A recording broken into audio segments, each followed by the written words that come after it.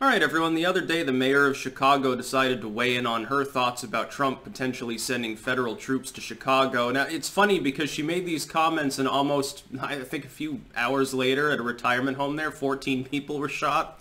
There's no crime problem in Chicago. We don't need federal troops here. We got it all under control. Dude, on a normal day, riots aside, goddamn fucking total normal weekend, you sometimes have a dozen people killed in Chicago. I don't understand why anyone would want to live there. It's like, it must be like hell. I mean, it's worse than St. Louis. I think the per capita gun crime rate in Chicago is actually higher than, well, pretty much anywhere. I can't remember exactly. I used to be able to recite the statistics of like the top 20 cities for murder and gun crime in general. I think St. Louis is still near the top. Detroit is up there, but it's fallen a bit. DC, I know, in Baltimore. But I know Chicago's on the list. It's overrun with crime. There are parts of Chicago, I think on the south side, if I remember correctly, that are basically overrun no-go zones filled with gang violence. Now, part of this is, of course, the state of Illinois and the city of Chicago have done everything they can to keep law-abiding citizens from defending themselves. Another thing is you've got massive corruption in the city of Chicago, so money doesn't get spent appropriately.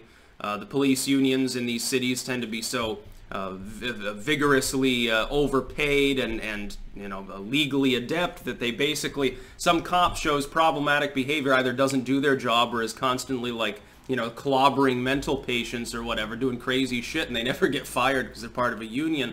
That's basically how life is in these big cities. But it's funny, first I thought, she doesn't seem to understand that the mayor's authority does not extend to banning federal troops from entering her city. It would be unlawful. If your local PD attempted to stop them, they would get bypassed. They would get swept aside. And if violence broke out, the feds would win. They have better equipment, certainly have better training, and they have the U.S. military behind them.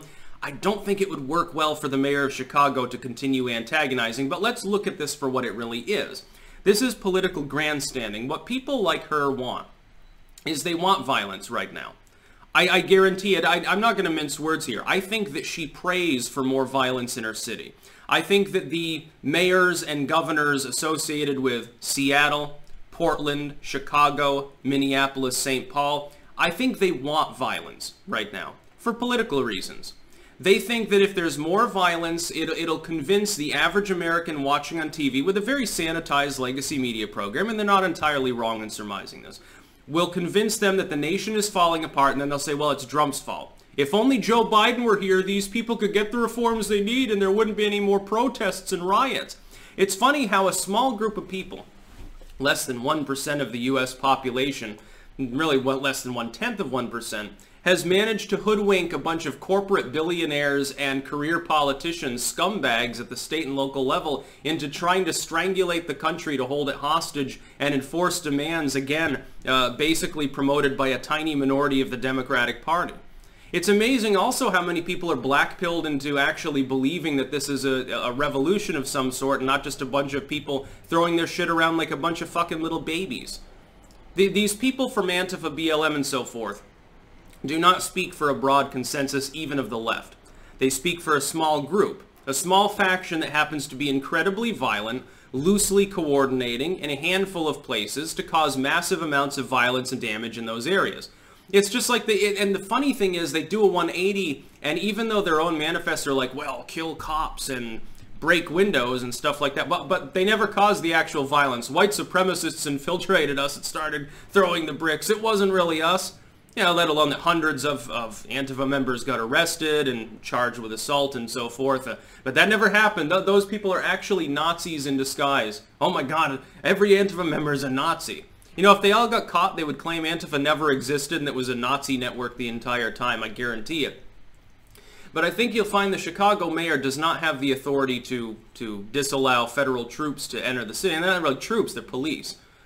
The reason that they're going there is your city is so overrun by violence. Again, you've got the normal gang activity in Chicago is already sky high. Then on top of that, you also have riots, looting, and arson. You've obviously lost control of your situation, and you're allowing a small-scale insurrection to build, essentially. Being that that is the case, they have no choice but to intervene at some point. The people of Chicago are also Americans. They are due certain protections. If they're not getting it from their city, And they're not getting it from their state because their city and state are either too politically corrupt to intervene and want the violence, which is what I think, or too inept to do anything about it. Who else is going to step in? Unless you want the military to show up, you better deal with the federal police.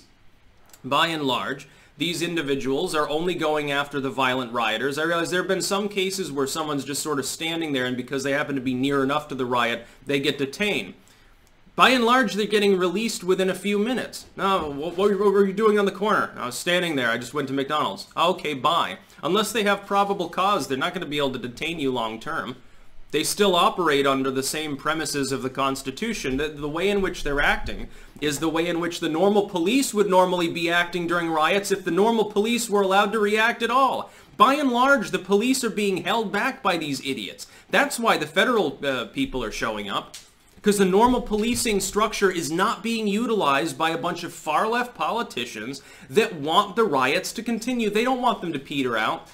They don't want the rioters to be arrested. They want to show a falsehood to America on TV, to soccer mom middle America, of look, everyone was peaceful, but then these dudes with big guns showed up. Of course there are riots now. The evil Drumfler caused them. They had been rioting for a month and a half. I've seen plenty of footage of it. I've seen police reports about it. In more honest cities, they tackled the problem already.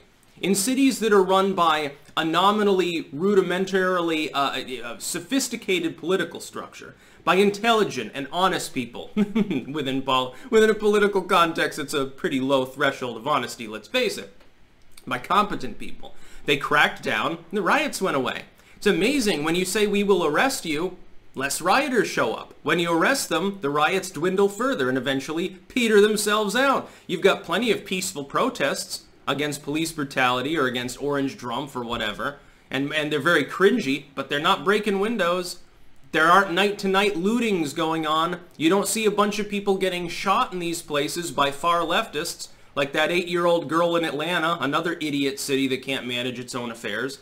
Damn right federal police are going to have to be sent in because the normal police aren't allowed to do their jobs. They're being muzzled by these mayors and governors. Governor of Oregon showed up in Portland and actually got mobbed the other day. Had to be whisked away by a security detail. It's funny. I thought Portland was so peaceful. Chaz was peaceful too in Seattle. All of these things are peaceful, but then the politician shows up, gets mobbed, you know, they bite the hand that feeds them. All of a sudden, then they want to crack down. Well, no, this is unlawful assembly now, says the governor at this point. Said the mayor of Seattle at that point when the protesters, which finally for once were actually being peaceful and not looting things, showed up for a drum circle at her house by the hundreds. Interesting how quickly they reacted. And by the way, the same will happen in Chicago. The Chicago mayor, when she finally decides to get off her ass and go out for a walk, when she gets mobbed by several dozen Antifa members, all of a sudden she'll say, well, maybe we need disaster relief. We need more money from the federal government, like Minneapolis did. They claimed for a month, everything's peaceful. Stop it, Trump. Don't talk about Minneapolis. We're a city of brotherly love. Yeah, just turn the other way. There's no riots going on. It's all protests. Peaceful protests don't cause $500 million in damage, necessitating a federal disaster response, now do they? That's about all. Peace out.